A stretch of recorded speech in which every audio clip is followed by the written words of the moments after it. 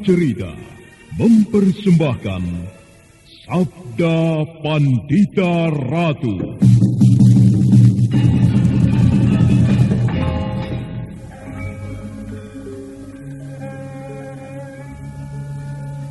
Ana tulis sing yuang witi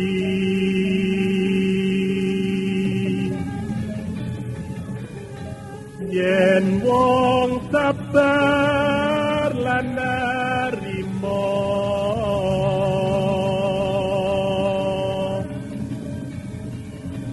kinanjar dawa umure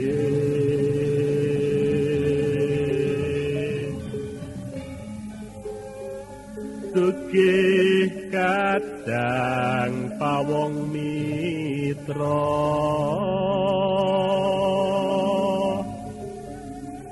kinate ing tomo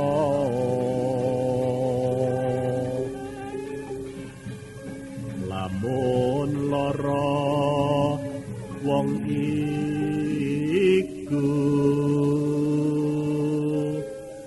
gampang gone antuk tombo.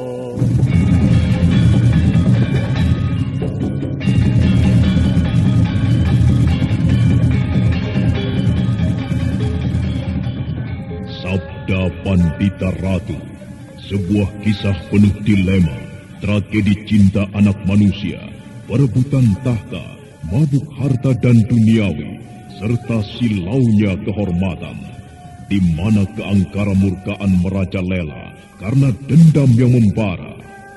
Kisah ini berlatar belakang berdirinya Singasari. Ken Arok, dialah pemuda yang merekuk pahit getirnya kehidupan. Namun sebenarnya, dialah yang harus melaksanakan sabda-sabdanya. Perjalanan sengsaranya adalah awal untuk meraih keberhasilan, untuk menuju kejayaannya di saat Singasari berdiri.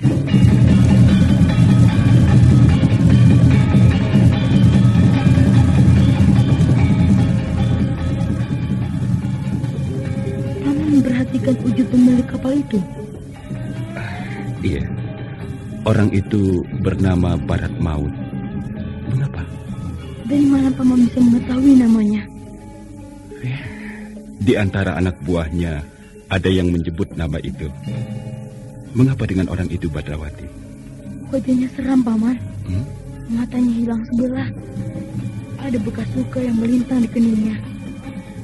Mata yang hilang itu tentu akibat perkelahian.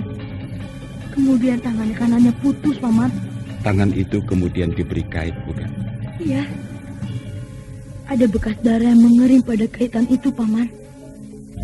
Tidakkah Paman memperhatikan hal itu? Darah yang mengering itu artinya orang itu tentu saja menggunakan kaitannya untuk melukai orang, Paman. Dan bahkan mungkin untuk membunuhnya.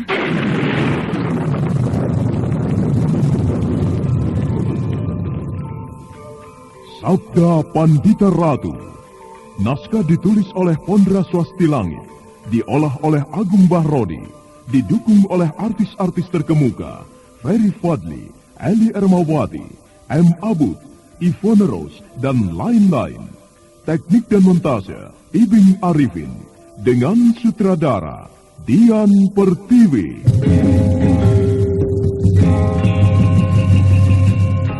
Sabda Pandita Ratu. Kali ini dalam episode ke-23 dengan judul Hantu Nusa Kambangan.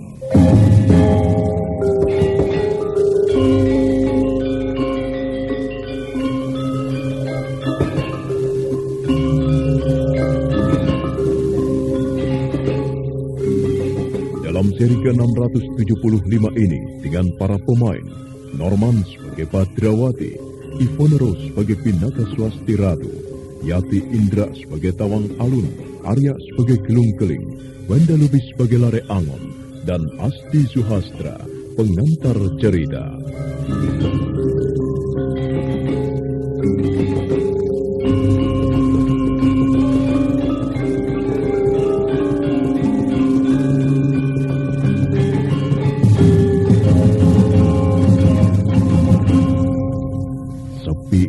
mengalir membawa udara dingin. Bulan sepenggal terbang di langit menyusup di antara mega-mega yang berarak ke utara. Sejenak kemudian sepi itu pecah oleh suara semak belukar yang disibakan.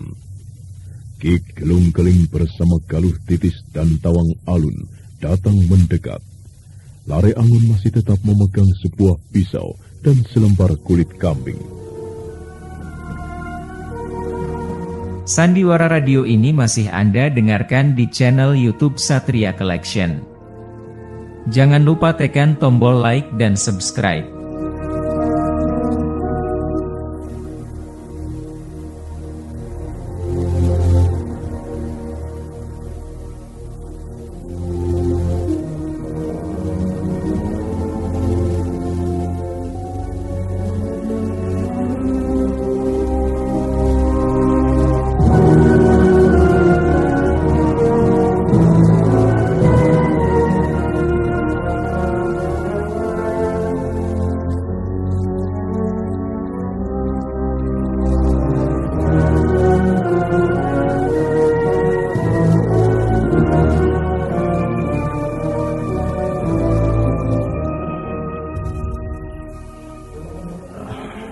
Bagaimana anak mas? Apa yang terjadi? Orang yang tak dikenal menghujani kami dengan pisau-pisau terbang yang tidak terbilang jumlahnya, Paman. Mereka bermaksud membunuh anak mas? Mereka bersungguh-sungguh dengan pisau-pisau terbangnya itu. Artinya jika pisau terbang itu sampai menggapai tubuh, akan menyebabkan terluka dan bahkan mungkin terbunuh. Tetapi mereka meninggalkan ini, Paman. Apa itu anak mas? Sebuah lembaran kulit kambing dengan sebuah tulisan. Ini, lihat Paman. Api abadi di Nusa Kambangan. Paman tahu artinya? Tidak anak mas. Tapi bahwa tempat yang disebut adalah Nusa Kambangan merupakan sesuatu yang menarik. Nusa Kambangan. Kau sedang merenungkan sesuatu, Badrawati? Aku sedang berpikir sesuatu, Paman. Tapi entahlah, bisa saja aku keliru. Apa yang kau duga? Paman masih sempat melihat siapa orang yang telah melempari kita dengan pisau-pisau terbang tadi? Tidak, Badrawati. Orang itu hanya nampak sebagai sosok yang tidak jelas. Ia berkelebat cepat sekali. Maksudku, ia lelaki atau perempuan? Tidak jelas. Mengapa? Paman perhatikan pisau itu dengan baik. Paman akan menemukan sebuah ciri-ciri khusus. Apakah kau merasa menemukan sebuah ciri khusus, Badrawati? Iya. Ada ukiran pada gagang pisau yang menandai. Ukiran inikah yang kau maksud? Benar, Paman. Katakanlah, Badrawati, apa artinya? Aku menduga pisau-pisau ini tentu milik seseorang yang mempunyai sebuah perguruan bernama Widara Kandangan.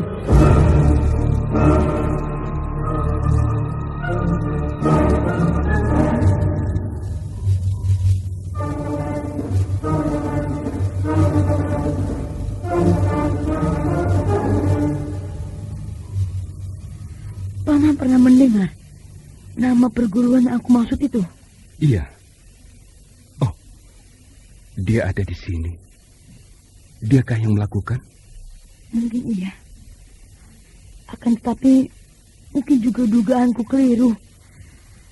Namun aku sangat mengenal pisau ini dengan ciri-cirinya seperti ini. Entah jika ternyata ada pihak lain yang menggunakan pisau seperti ini. Itu pun rasanya tak mungkin, Paman. Maaf anak mas. Siapakah yang sedang anak mas perbincangkan itu? Atau di manakah letak perguruan Widara Kandangan itu? Widara Kandangan adalah sebuah perguruan yang sudah punah, Paman. Ya, punah tak terbebekas sama sekali. Konon kabarnya perguruan itu berantakan tidak bersisa.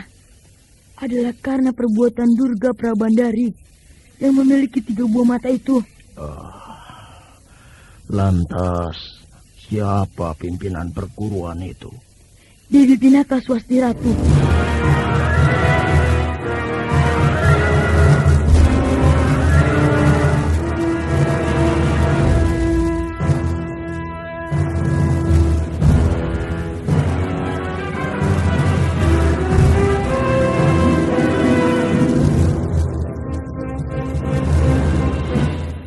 Jawaban itu cukup membuat Ki Gelung Keling, Galuh Titis, dan Tawang Alun menjadi terkejut. Serentak mereka saling berpandangan, dan serentak bagaikan bersepakat pula, mereka saling mengangguk-angguk. Badrawati merasa gelisah. Dia memandang ke arah kegelapan malam.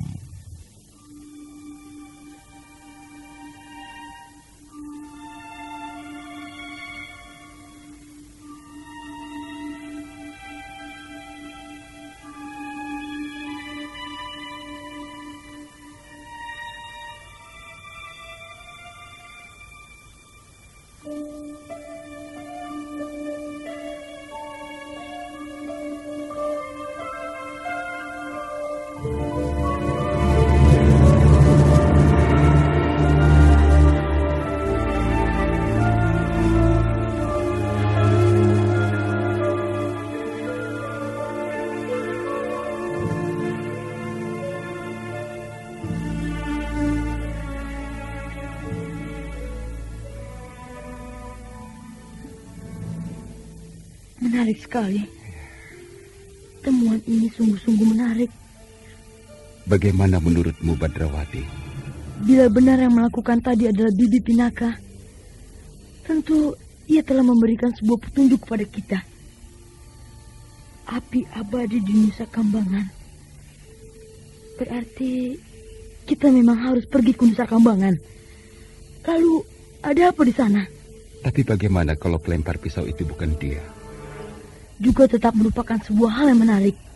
Api abadi di Nusa Kambangan itu tetap merupakan sebuah hal yang sangat menarik. Iya, benar demikian, Paman. Api abadi di Nusa Kambangan. Apa artinya? Api abadi. Apakah artinya di sana ada kobaran api yang tidak pernah padam untuk selamanya? Berkobar sepanjang hari. Aku akan melakukan sesuatu. Apa? Mohon Paman dan semuanya menunggu di sini. Atau sebaiknya kembali ke rumah. Hup! Hiya!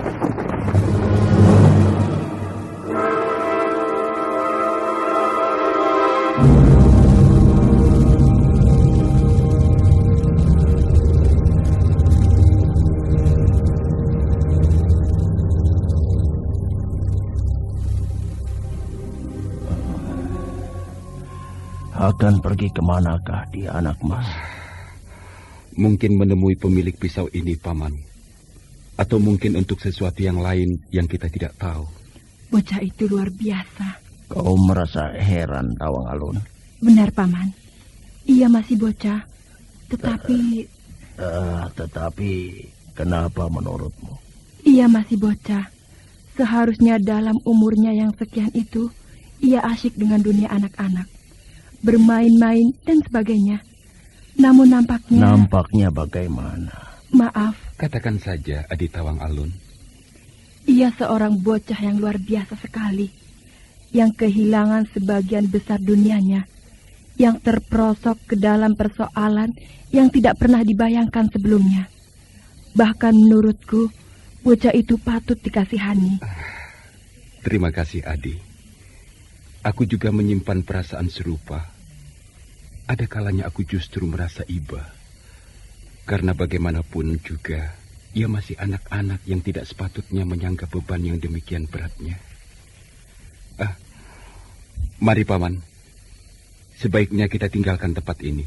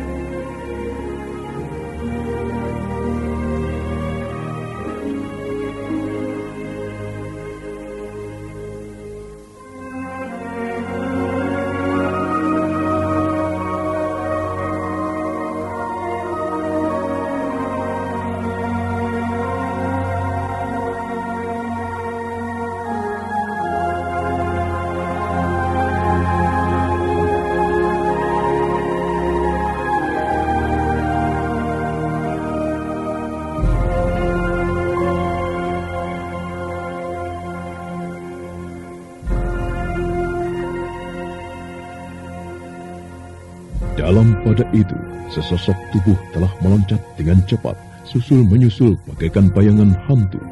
Sosok yang tidak lain adalah Badrawati itu, kemudian berhenti pada sebuah tempat. Badrawati segera mengeterapkan ketajaman indranya. Dengan cara demikian, dia menyapu segala sesuatu yang berada di sekitarnya.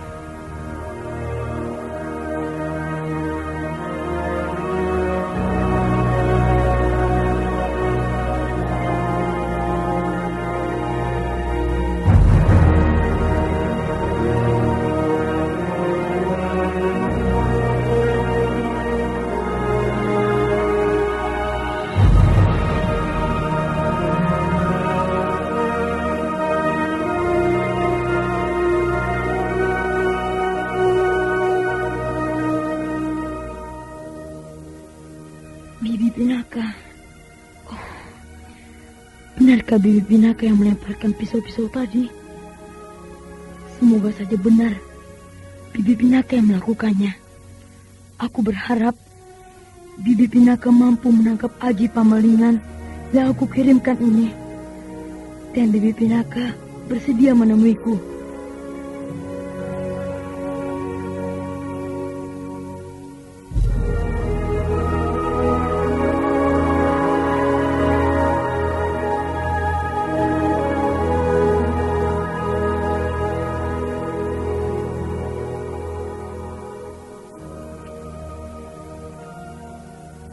Bibi Pinaka Swasti Ratu, jika benar Bibi berada di sekitar tempat ini dan mampu menangkap Aji Pamalingan yang aku sebar ajak bagai pasir buta, temuilah aku, Bibi.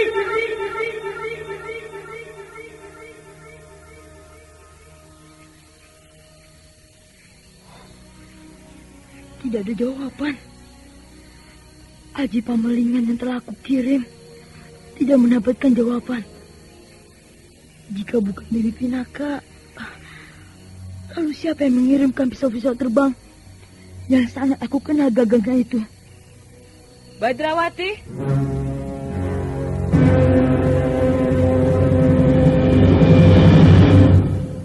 Bibi, ternyata benar Bibi Pinaka. Ikut aku, Badrawati. Hup, hiya, hup, hiya.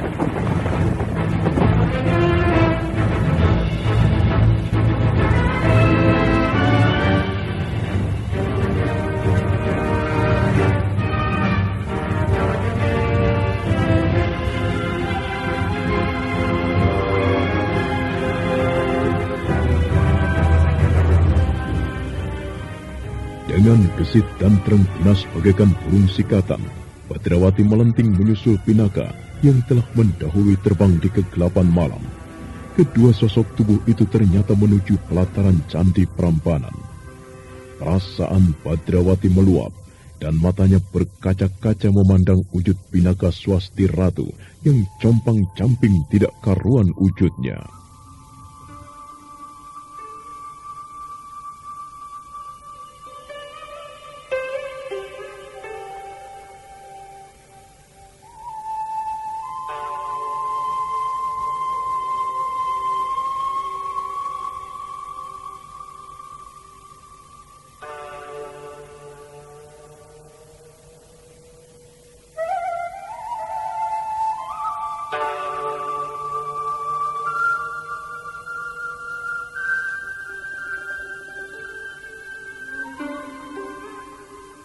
Badrawati. Bagaimana, Bibi?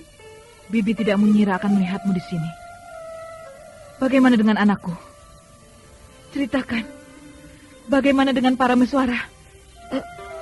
Bibi tidak perlu cemas. Adik baik, dalam keadaan baik.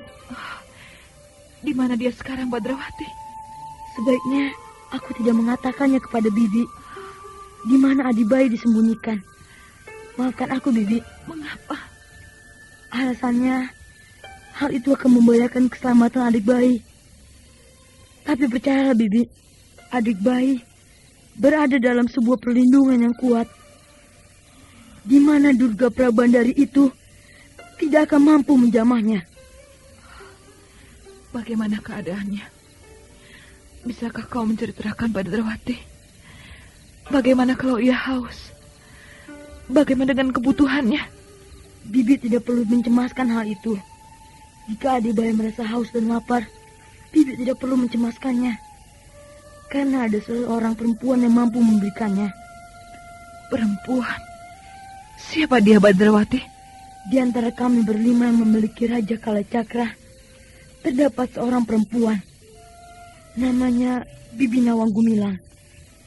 Bibi itu baru saja kehilangan anaknya. Itu sebabnya ia bisa menyusui Adibayi. Perempuan itu memiliki raja seperti punyamu? Benar, Bibi. Takdir telah mempertemukan kami. Oh, syukurlah. Bibi sendiri, bagaimana keadaan Bibi? Seperti inilah keadaanku, Badrawati. Seperti inilah aku. Jika siang aku bersembunyi, jika malam aku berkeliaran bagai hantu. Kasihan Bibi. Wujud Bibi menjadi tidak keruan. Tidak apa, Badrawati. Bahwa aku masih bisa mengendalikan diri. Bahwa aku tidak mengalami bencana dalam wujud menjadi pembunuh anakku sendiri. Aku masih merasa bersyukur. Lihatlah tanganku, Badrawati. Aku berusaha mengelupasnya. Akan tetapi simbol mata ini masih tetap melekat dalam genggaman tangan kiriku. Kau mempunyai sebuah saran untukku, Badrawati? Sebaiknya Bibi jangan melakukannya lagi. Lalu, yang aku dengar dari paman kamu suara, Bibi Pinaka sedang membersihkan hati dengan melakukan yoga brata di Kambang Ayun. Cara itu sudah betul. Dengan bersemadi, akan menyebabkan raja itu tidak akan kerasan menggeram di tubuh Bibi. Aku tidak mampu, Badrawati. Mengapa? Tetap saja, pada saat-saat tertentu, kemauan yang muncul dari dasar hatiku, dan tidak bisa aku lawan itu, mengoyak mencabik-cabik hatiku. Itu sebabnya aku tinggalkan Kambang Ayun. Keinginan untuk membunuh adik bayi itu juga masih muncul. Iya. Itu sebabnya aku tak bisa mengatakannya kepada Bibi di mana adik bayi sekarang bersembunyi. Tidak apa. Tidak apa. Apa yang kau lakukan itu adalah demi kepentingannya. Aku justru sependapat bahwa kau mengatakan anakku dalam keadaan selamat. Itu sudah cukup membahagiakan hatiku. Lalu, mengapa Bibi berada di sini? Aku sedang membayang-bayangi pemilik Raja Trinetra yang ketiga. Ia bernama Panji Saprang. Aku ikuti geraknya sejak ia berada di padang Karautan. Ia di hutan Mantauk. Ada kalanya ia berada di tempat itu. Namun sering pula ia berada di Nusa Kambangan. Apa arti dari api abadi di Nusa Kambangan? Pergilah ke tempat itu, Badrawati. Mungkin di sana kau akan menemukan saudaramu yang kelima. Kalacakra yang kelima? Benar. Tapi mengapa di Nusa Kambangan? Panji Saprang itu juga di Nusa Kambangan? Sebagaimana takdir mempermainkan aku, mempermainkan kau, takdir juga mempermainkan mereka. Sebuah keterangan yang sangat penting. Baik, Bi. Dengan demikian, aku mendapat sebuah arah yang jelas. Aku dan Paman Lare Angon akan segera menuju ke pulau itu. Berhati-hatilah dengan Panji Saprang. Jika kau bertemu dengannya, lebih baik menghindar saja. Sedemikian dahsyatkah Panji Saprang itu? Percayalah kepadaku, Badrawati. Jika Bibi Pinaka yang mengatakannya, tentu saja aku akan mempercayainya. Dan untuk mempercepat perjalananmu, sebaiknya kau jangan melewati daratan. Perjalanan menuju ke pantai Cilacap sangat sulit karena hutan lebat. Kau tidak mungkin berkuda. Lalu saran Bibi? Lewatlah Laut Selatan. Yang aku dengar saat ini, di pantai Parangtritis saat ini sedang berlabuh beberapa buah kapal. Jika mereka berlayar, mungkin kau bisa menumpang sampai tempat yang kau tuju. Terima kasih, Bibi. Badrawati melangkah mendekat. Pinaka Swasti Ratu segera mendekap memeluk bocah itu. Tangis Pinaka Swasti Ratu pun kemudian meledak. Badrawati tak mampu pula menguasai diri, hingga air matanya kemudian membasahi pipinya meski tak terdengar sedu-sedannya. Cukup lama Pinaka Swasti Ratu mendekap bocah itu. Beban perasaannya pun kemudian larut.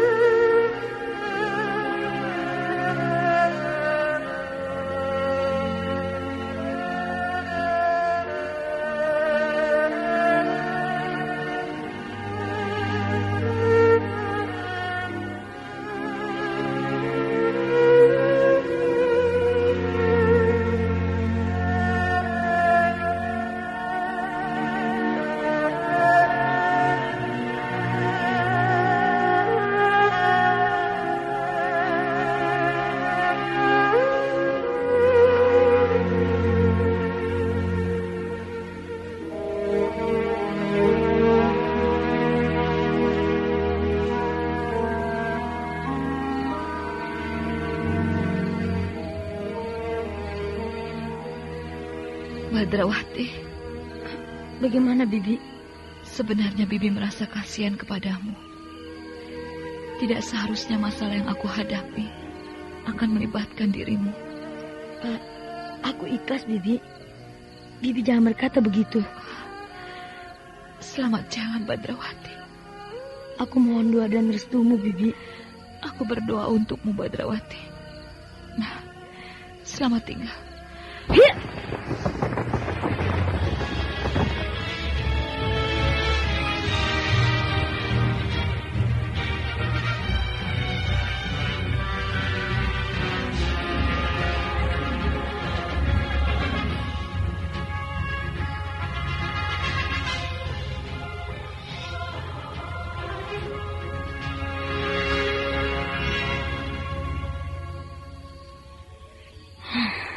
Seperti mimpi. Seperti bermimpi saja rasanya. Aku bertemu dengan Bibi Pinaka Swasti Ratu. Ya Tuhan, betapa malangnya Bibi Pinaka. Tubuhnya susut sedemikian banyaknya, hingga menjadi kurus kering seperti itu. Rambutnya aut-autan.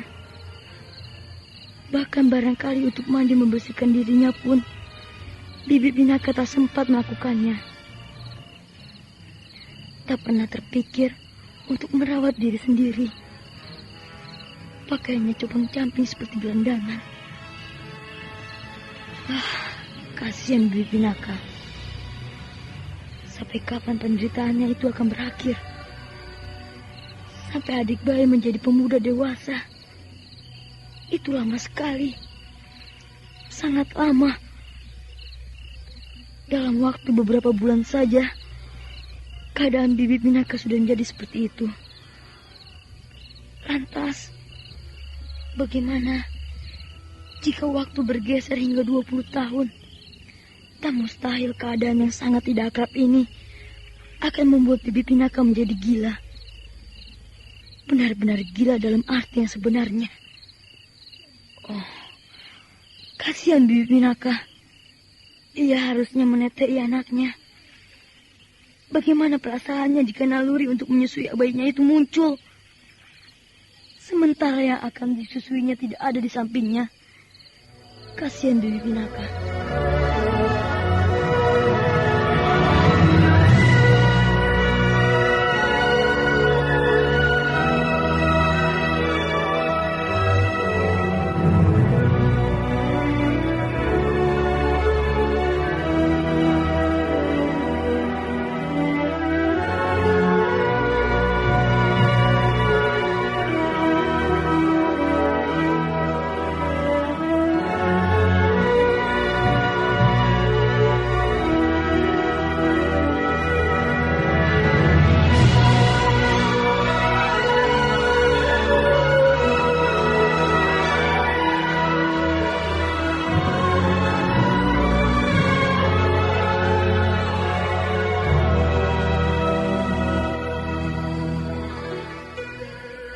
Bagaimana Badrawati? Usahamu berhasil? Nampaknya kau bertemu dengannya. Aku bertemu dengannya, Paman. Seperti aku duga, yang menghujani kita dengan pisau-pisau itu memang Bibi Pinaka. Tapi kenapa dia tidak singgah saja, anak Nger? Bukankah dengan menemui kita semua di sini, banyak hal yang bisa dibicarakan? Ada sebuah alasan yang menyebabkan Bibi Pinaka tidak mau menampakkan diri menemui kita, Paman Keling. Bagaimana dengan pesan yang ia tuliskan di atas lembaran kulit kambing itu? Kita harus ke Nusa Kambangan, Paman Lare Angon. Ada apa sebenarnya di sana, Badrawati? Sebuah petunjuk samar-samar. Di Nusa Kambangan, kita akan menemukan saudara kita yang terakhir, yang masih belum menampakkan diri.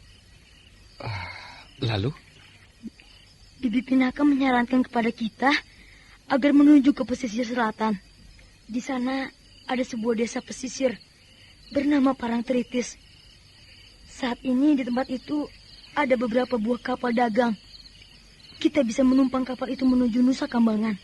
Benarkah ada tempat bernama Parangtritis itu, Paman Gelung Keling? Benar, anak mas. Aku sendiri pernah ke tempat itu. Bagaimana dengan pemilik Condo Birowo itu, Badrawati?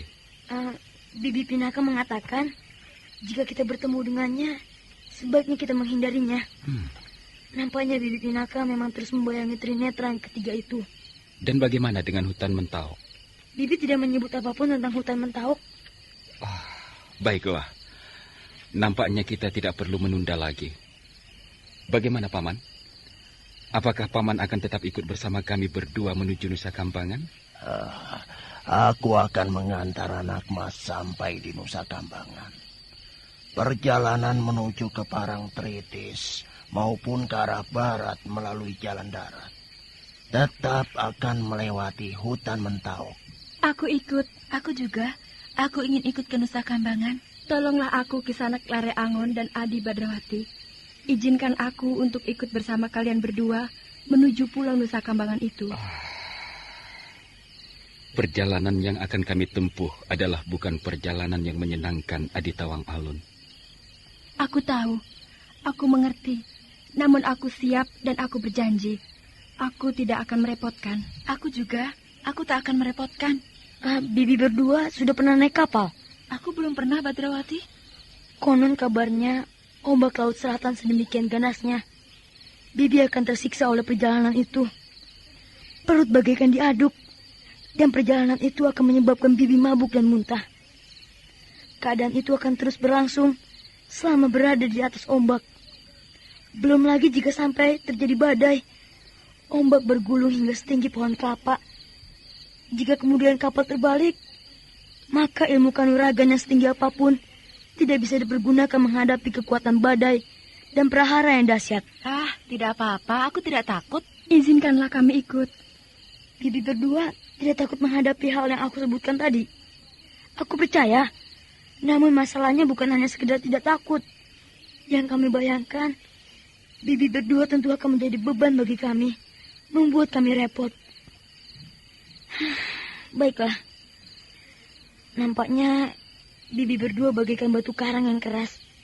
Hal itu nampak dari sorot mata yang tidak bisa ditawar-tawar lagi. Silakan Paman Lare Angon yang menentukan. Jangan aku, Badrawati. Kau sajalah yang mengambil keputusan. Kalau gitu, Paman Gelung Keling saja yang mengambil keputusan. Paman yang paling tahu perjalanan yang akan kami tempuh. Apakah sesuai atau tidak untuk kedua bibi ini? Aku tidak bisa mengabaikan keadaan bahwa perjalanan itu nantinya adalah perjalanan yang berbahaya. Paman Keling, izinkan aku untuk ikut, Paman.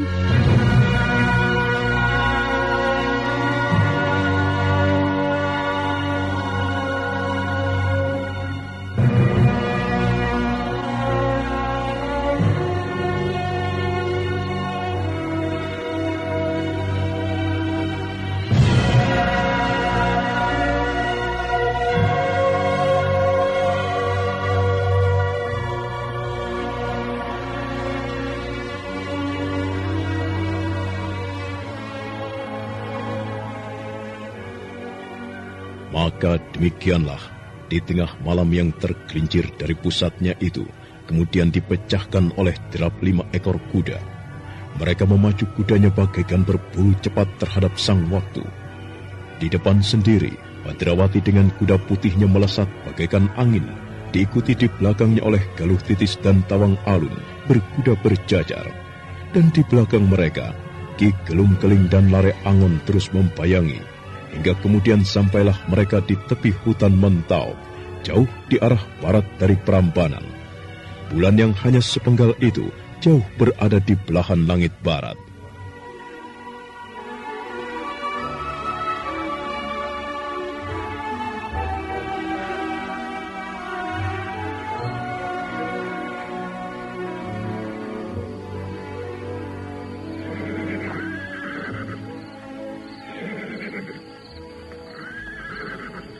Itukah hutan Mentauk, Paman? Benar, anak mas. Hutan Mentauk adalah hutan yang sangat lebat. Dihuni oleh pepohonan raksasa yang besar-besar. Juga berbagai binatang yang ganas. Menurut sebagian orang yang mempercayainya, hutan Mentauk juga merupakan sebuah negeri. Negeri apa, Paman? Negeri hantu. Rakyatnya para lelembut, jin, setan, priprayangan. Oh, bukan main. Lalu rajanya? Rajanya belum ada, Badrawati. Kalau kau bersedia, para jin, setan, priprayangan itu tidak akan keberatan mengangkatmu menjadi raja. Dan Paman Lare Angon patihnya. Wandamu. Lalu, di manakah tempat persembunyian Trinetra yang ketiga itu, Paman Keling? Kuda-kuda terpaksa kita tinggalkan di sini. Kita menusuk masuk ke dalam lebatnya hutan itu. Perjalanan agak berat karena kita bergerak sambil membabati sulur-sulur yang mungkin akan menghadang kita.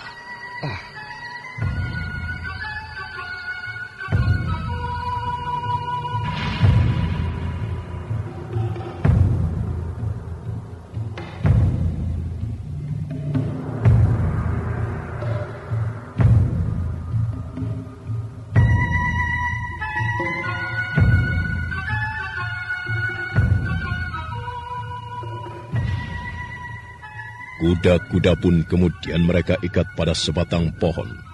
Hanya dengan berjalan kaki, mereka memasuki lebatnya hutan. Sulur-sulur menjalar, ular-ular penghuni hutan berlarian. Tawang Alun dan Galuh Titis berjalan sambil berpegangan tangan. Pepohonan yang besar dan kegelapan yang nyaris pekat menimbulkan angan-angan seolah mereka benar-benar berada di kerajaan para demit. Mereka tidak merasa bahwa waktu yang mereka gunakan cukup lama, hingga kemudian langit timur mulai semburat merah dan makin lama makin terang.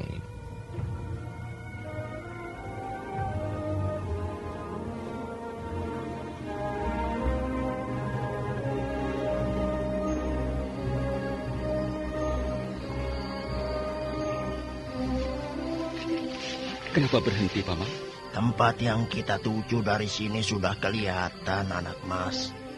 Kita berada di tempat yang lebih tinggi, sehingga kita bisa melihat tempat itu. Sebelah sana? Ya, itu di sana. Kita tunggu pagi agak terang. Tempat itu akan jelas terlihat dari sini. Selama ini, dari tempat inilah Aryo Panular mengamati apa yang dilakukan oleh orang pemilik raja berwujud mata itu. Oh, aku melihat ada sebuah gubuk, Paman Gelung Keling. Benar, anak mas Lare Angon. Aku pun melihat gubuk itu. Dan apanya juga ada orang di sana. Ada orang? Aku tidak melihatnya, Badrawati. Di sebelah mana? Memang tidak kelihatan. Akan tetapi, aku yakin pasti ada orang di sana. Lihat, kabut yang bergerak tenang itu. Dan lihat pula, ada asap yang bergerak naik. Warnanya mirip, akan tetapi jelas sifatnya berbeda. Kabut bergerak mengalir mendatar. Sedang asap perapian karena sifatnya lebih ringan bergerak ke atas.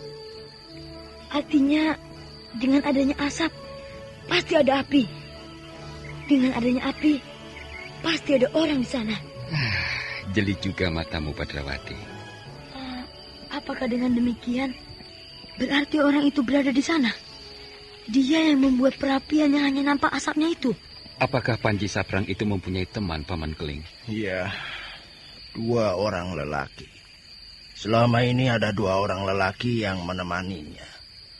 Mungkin 2 orang lelaki itu bertugas menjaga. Jangan sampai ada orang lain yang mengganggu. Nama kedua orang itu adalah Sumbing dan Sawung Lawet. Sumbing dan Sawung Lawet. Biasanya nama mempunyai makna. Nama juga menandai wujud seseorang yang memilikinya. Bisa jadi yang bernama Sumbing itu memang mulutnya sumbing. Apakah benar demikian, Paman Gelung Keling? Benar, anak Nger Badrawati. Baiklah, apalagi yang harus kita tunggu di sini? Untuk meyakinkan ada apa di sana, kita bergerak lebih mendekat lagi. Mari ikuti aku, anak Mas dan anak Nger. Ayo, Galuh Titis, Tawang Alun.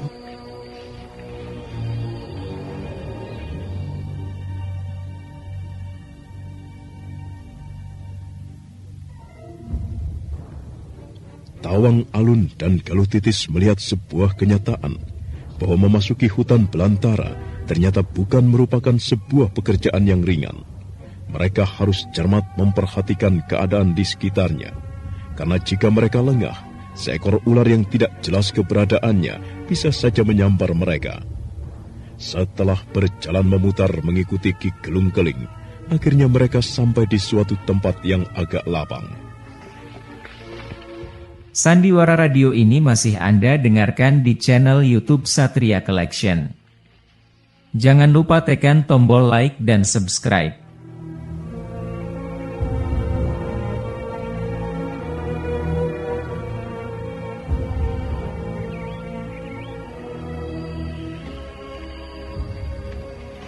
Kau melihat orang yang membuat perapian itu, Badrawati? Tidak, Paman. Aku tidak melihatnya. Perhatikan baik-baik, Badrawati. Ada 2 buah gubuk. Iya. Dari salah sebuah gubuk, asap-asap itu. Kemungkinan besar, gubuk yang berasap itu memang ada orangnya. Panji Saprang? Mungkin ia berada di gubuk yang kedua. Atau mungkin, bukankah banyak kemungkinan, Paman Larawan? Kau ingat dengan pesan Kameswara? Juga ingatkah kau dengan pesan bibimu Pinaka? Iya. Kita tidak boleh berurusan dengannya. Kita disarankan untuk lebih baik menghindarinya. Belum saatnya kita berbenturan langsung. Akan tetapi kita harus mendapatkan keyakinan bahwa buronan kita itu benar-benar berada di sini. Paman, tunggu di sini. Apa yang akan kau lakukan? Aku akan menyelinap mendekat. Jangan sendirian, bersamaku. Baik. Mohon maaf, Paman. Kami mohon Paman untuk menunggu di sini. Baik, anak Mas.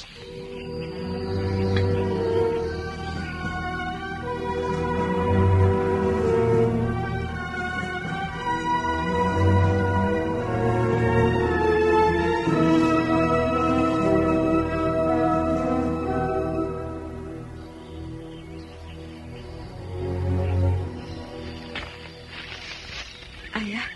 Ada apa, Galuh Titis? Kau merasa takut berada di sini? Tidak, Ayah. Aku tidak merasa takut. Namun pengalaman ini benar-benar luar biasa. Apa yang ingin kau katakan? Benarkah apa yang tadi Ayah katakan? Bahwa sebenarnya kita berada di sebuah negeri? Mungkin saja, Galuh Titis. Kayu-kayu besar ini mungkin tiang-tiang istana.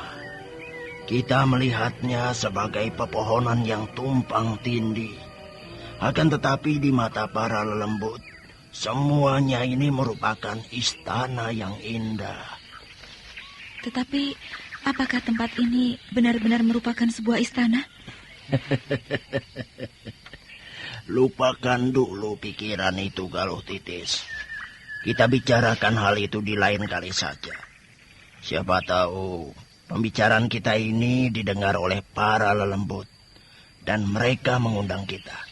Wah, akan gawat nantinya.